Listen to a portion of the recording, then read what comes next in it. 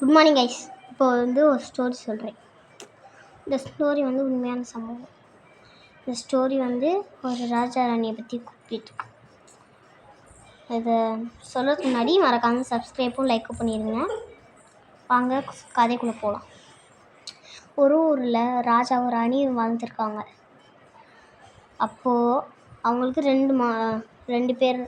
ரெண்டு பசங்க இருந்திருக்காங்க. ஒரு பையன் பேர் சின்ன தம்பி, ஒரு அக்கா பேர் சின்ன தங்கை. இவங்க 2 பேரும் சந்தோஷமாக வந்திருக்காங்க. வந்ததுக்கப்புறம் பொண்ணு பார்க்க போயிருக்காங்க. அவங்க அம்மா மட்டும். பொண்ணு பார்க்க போனோடனே அவங்க அந்த பையன் வீட்டுக்காரங்க பையன் பார்க்க போயிருக்காங்க. பையன் வீட்டுக்காரங்க அம்மா அவங்கள வெளியே அனுப்பிச்சி விட்டாங்க. உங்களுக்கெல்லாம் என்னோடய பையன் கிடைக்க மாட்டான் அப்படின்ட்டு வெளியே அனுப்பிச்சுட்ருக்காங்க. இதை தாங்கிக்க முடியாத அவங்க அம்மா இது தற்கொலை பண்ணி இறந்துட்டாங்க. நெக்ஸ்ட்டு அவங்களோட அப்பா இங்கே இறந்த துன்பம் தாங்க முடியாமல் அவங்களும் இறந்துட்டாங்க. நெக்ஸ்ட்டு அந்த தம்பி இருக்காங்க. அந்த தம்பி அவங்க அக்காவுக்கு மாப்பிள்ளை பார்க்கணுன்னு விரும்பி அங்கே இருக்க சேனாதிபதியை கூப்பிட்டு எல்லா வீரர்கள்கிட்டையும் சொல்லுங்கள், இப்படி சொல்லுங்கள், எல்லா நாட்டிலையும் போய் தேடி பாருங்கள், ஏதாவது இளவரசர் கிடச்சான்னா என்கிட்ட கொண்டு வாங்க அப்படின்னு சொல்லியிருக்காரு. இவங்களும் 3 நாள் தேடி கண்டுபிடிச்சி 3 இளவரசரை கொண்டு வந்துடுறாங்க. 3 இளவரசரை கொண்டு வந்தோடனே 3 இளவரசருக்கும் 3 போட்டி வைக்கிறாங்க. 3 போட்டியில் ஒரே ஒரு இளவரசர் தான் ஜெயிச்சார். அவங்களுக்கே அவங்க அக்காவை மேரேஜ் பண்ணி வச்சுட்டாங்க. மேரேஜ் பண்ணி வச்சோடனே அவங்க தம்பிக்கும் மேரேஜ் ஆயிடுச்சு. அந்த பெரிய தங்களுக்கு 7 குழந்தைங்க. அந்த 7 குழந்தைகளையும் வளர்த்துக்கிட்டு இருந்தாங்க. அவங்க ஊரில் சாப்பாட்டு பஞ்சம், தண்ணி பஞ்சம்லாம் குறைஞ்சிடுது. அரண்மனையில் இருக்க தானியங்கள், தண்ணி இதெல்லாம் 1 மாதமாக எல்லா மக்களுக்கும் கொடுத்துருந்தாங்க. அந்த இளவரசர் கொடுக்கும்போது 1 மாதத்துக்கு கழிச்சு ஒரு தானியங்களும் இல்லை. இதை பார்த்து அவங்க மனைவி சொல்கிறதுக்கு தயங்குறாங்க. நான் என் தம்பி வீட்டுக்கு போய் குழந்தைகளுக்கு சாப்பாடு கொடுத்துட்டு வரேன் அப்படின்னு சொல்கிறதுக்கு தயங்குறாங்க. இந்த இளவரசர் வெளிநாட்டுக்கு போருக்கு போகிறாரு. அவங்க போய் கேட்டிருக்காங்க. சரிம்மா, நீங்கள் போய்க்கோங்க, போய் சாப்பிட்டுட்டு வாங்க அப்படின்ட்டு இளவரசர் சொல்லியிருக்காரு. அவங்களும் காடெல்லாம் தாண்டி போயிருக்காங்க. அப்போது அவங்க தம்பியோட மனைவி இருக்காங்கல்ல, அவங்களுக்கு சேனாதிபதி சொல்லியிருக்காரு, மகாராணி அவங்க அக்கா வராங்களாம், ராஜாவோட அக்கா வராங்களாம் அப்படின்னு சொல்லியிருக்காங்க.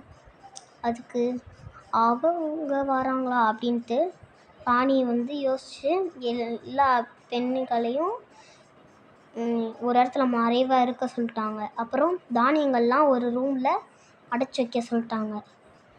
நெக்ஸ்ட்டு அவங்க வீட்டுக்கு வந்தோடனே அண்ணின்னு கூப்பிட்றாங்க. ஆனால் அவங்க தூங்கிக்கிட்டு இருக்க மாதிரி ஆக்ஷன் போட்டிருந்தாங்களா, அதனால கேட்கல. அவங்க கிட்ட போய் பார்க்குறாங்க. சேனாதிபதி கதவை திறக்கிறாரு.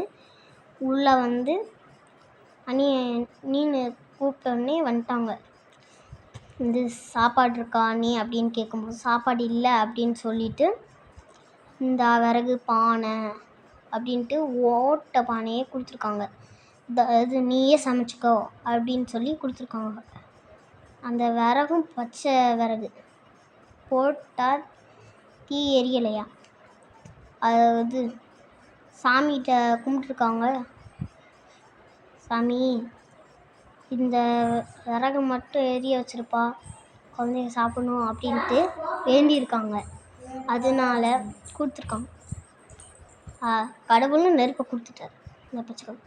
அந்த மகாராணி வந்து யோசிக்கிறாங்க, நம்ம பச்சை கலர் தானேடா கொடுத்தோம், அப்புறம் எப்படா பொறிச்சு அப்படின்னு யோசிச்சுருக்காங்க. அந்த பானையில் வந்து சோறாக்க ஆரம்பிக்கிறாங்க. ஆரம்பித்தோடனே வந்து பார்த்திங்கன்னா அது கொஞ்சம் கூட கீழே ஒழுகாமல் அப்படின்றது. அந்த மகாராணி வந்து வேணும்னே நடந்து கொட்டி விட்டாங்க, காலை சீடிச்சு. அவங்க காலையே ஊற்றிடுச்சு. இல்லை சாப்பாடுலாம் போயிடுச்சு, இனி நம்ம குழந்தைங்க எப்படி சாப்பிடுவாங்கன்ட்டு அவங்க வந்து வெளியே போய் காட்டுக்கு போயிட்டாங்க. போகிற வழி பூரா பூவை பிச்சு பிச்சு போட்டுக்கிட்டே போயிருந்தாங்க. அப்போ இங்கே 3 பேர் ஆடு மேய்ச்சிக்கிட்டு இருந்தாங்க. அப்போது அவங்கக்கிட்ட கேட்டிருக்காங்க, ஐயா ஐயா இங்கே எங்கே கிணறு இருக்குன்ட்டு கேட்டிருக்காங்க.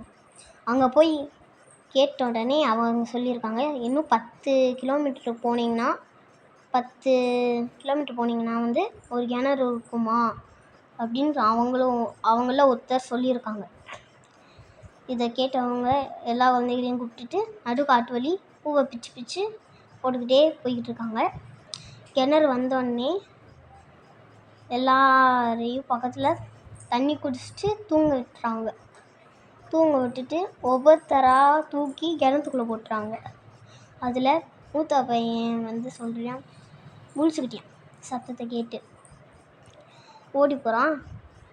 அவனை பிடிச்சி எதுக்குடா ஓடி போகிறா அப்படின்னு கேட்டதுக்கு, அம்மா எல்லாரும் நினச்சிப்பாங்க நான் மட்டும் இருக்கேம்மா, நான் நம்ம பரம்பரையை காப்பாற்றுறேம்மா அப்படின்ட்டு அவன் சொல்லியிருக்கான். அதுக்கு அதையும் கேட்காம அவங்க வந்து கிணத்துக்குள்ளே போட்டுறாங்க. கிணத்துல போட்டு அவங்களும் லாஸ்ட்டாக கிணத்துல குதிச்சிடுறாங்க. நெக்ஸ்ட்டு அவங்க தம்பி வேட்டையாடி இருப்பார்ல காட்டில், தம்பியை வந்து கேட்டிருப்பாங்க, எங்கடி என் அக்கா வந்துச்சு காணுமே எங்கே அப்படின்னு கேட்டிருக்கவும், நான் தூங்கிக்கிட்டு தான் இங்கே இருந்தேன், அவங்க வந்தாங்களா வரலையான்னு எனக்கு தெரில அப்படின்னு சொல்லியிருக்காங்க.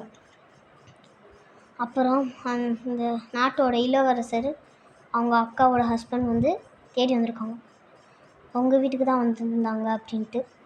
காட்டு வழி நடந்து போகும்போது காட்டுக்கு தான் போயிருப்பாங்க அப்படின்ட்டு 2 பேரும் ஒன்றா சேர்ந்து போக ஆரம்பிச்சிட்டாங்க.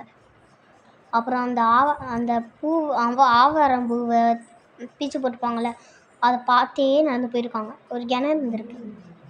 அந்த கிணறுக்கிட்ட வந்து அந்த கிணறு உள்ளே எட்டி பார்த்தா எல்லா குழந்தைகளும் அவங்களும் மிதந்துக்கிட்டு இருக்காங்க. அவங்கள தூக்கி வெளியே ஓட்டிட்டு அஞ்சலியெல்லாம் செலுத்திட்டு அவங்களும் போயிட்டாங்க. அவ்வளோதான் கைஸ், நன்றி.